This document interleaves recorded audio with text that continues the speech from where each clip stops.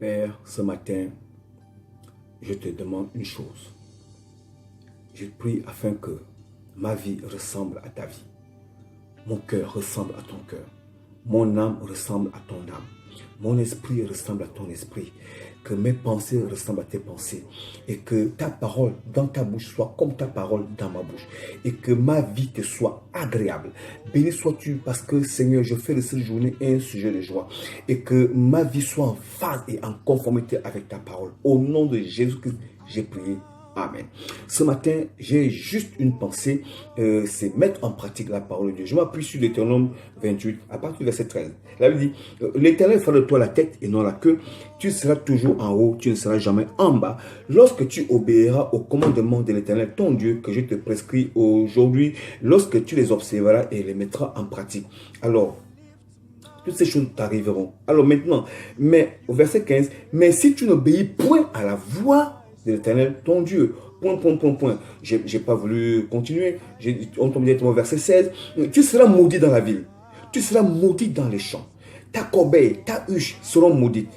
Je tombe au verset 18. Le fruit de tes entrailles, le fruit de ton sol, les portées de ton gros et de ton menu bétail, toutes ces choses seront maudites. Et cela continue. Alors, Jacques chapitre 1 verset 22 dit ceci. Mettez en pratique la parole et ne vous bornez pas à l'écouter, en vous trompant vous-même par de faux raisonnement. Verset 25. Mais celui qui aura plongé les regards dans la loi parfaite, la loi de la liberté, et qui aura persévéré, n'étant pas un auditeur oublieux, mais se mettant à l'œuvre, celui-là sera heureux dans son activité. Bien aimé, j'ai envie de vous dire que lorsque nous sommes en phase avec Dieu, tout marche à merveille et c'est vraiment formidable. Nous sommes heureux et on peut voir fleurir notre activité, notre argent se multiplie, tous nos projets réussissent.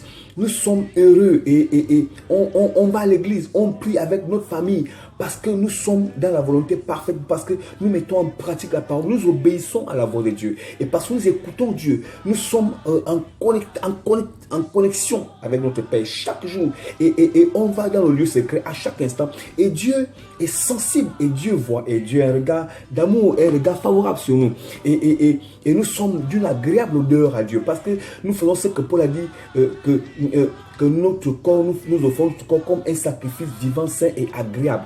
Et nous le faisons. Mais lorsque nous ne mettons pas en pratique la parole de Dieu, ça veut dire que lorsque nous désobéissons, lorsque nous nous écartons de la voie de l'Éternel, la voie de la vérité, lorsque nous ne sommes plus dans la vérité, lorsque nous écartons de Christ, waouh, les malédictions vont commencer à s'abattre sur nous.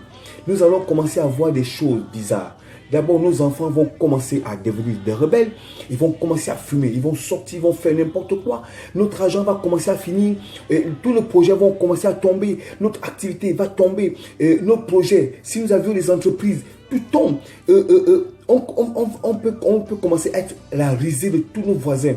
Voyez-vous, toutes ces choses peuvent nous arriver parce que nous ne sommes pas dans la voie parfaite. Et on va commencer à dire que, voilà, c'est les parents, c'est ceci, c'est cela, c'est les amis, mon patron ne m'aime pas. Non, mais parce qu'on n'est plus dans la volonté parfaite de Dieu. Alors, vous savez, la clé de cette parole que nous voulons, c'est mettre en pratique la parole de Dieu.